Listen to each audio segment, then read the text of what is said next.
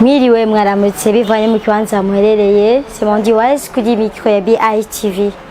Kiganiro nti nawe urashoboye n'umunsi nifuza ko tuvugana ku kintu gito cyane.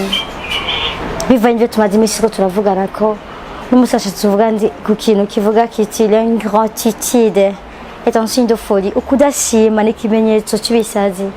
Nagiye gusanga kenshi abantu benshi mu isi ushobora iki kiganiro kijeje gufasha abantu kuko bashobore kwitora.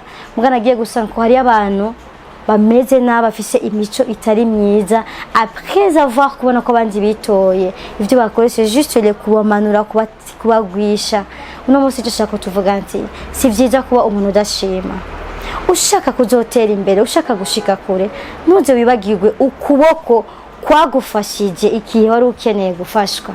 Ndasubiyemo, ntuze wibagirwe ukuboko kwagufashije igihe wari ukeneye gufashwa.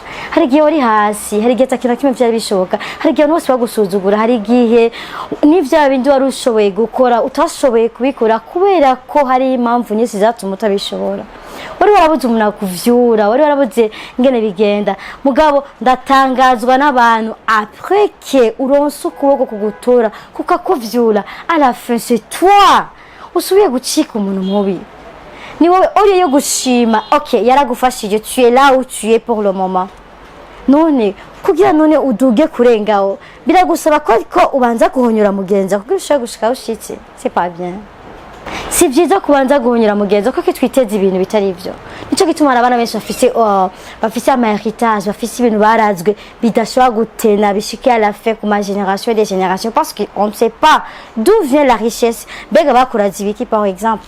Il se peut qu'il y a quelqu'un ou bien umuntu yashoboye kumanura mugenzi kugira ashobore kuguha. Bigenda gute ko abantu bafise imitima mubi. On est tellement ingrat nibikunda. S'il te plaît. Birashoboka ko nawe uvyuka utarinze guhonyora bagenzi bawe. Nibiteze imikoshi muri business yawe, muri projet yawe, dans la vie. Pense à ta génération, pense à ta progéniture, pense à ta vie. Iyumvire, si vyiza.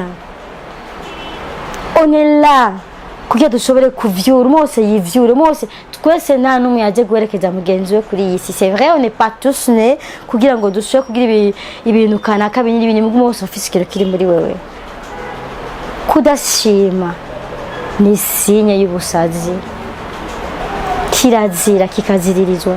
Ntugerageze gushira mugenzi wawe hasi, umushire ku vyondo kugira ngo abantu bashobore kukubona. Nuko biteza malédiction muri business yawe, dans tes projets plus tard. Ushobora kwibaza ko umunsi uko biragenda neza, nawe urashoboye. Ntusubire guhonyora bagenzi bawe.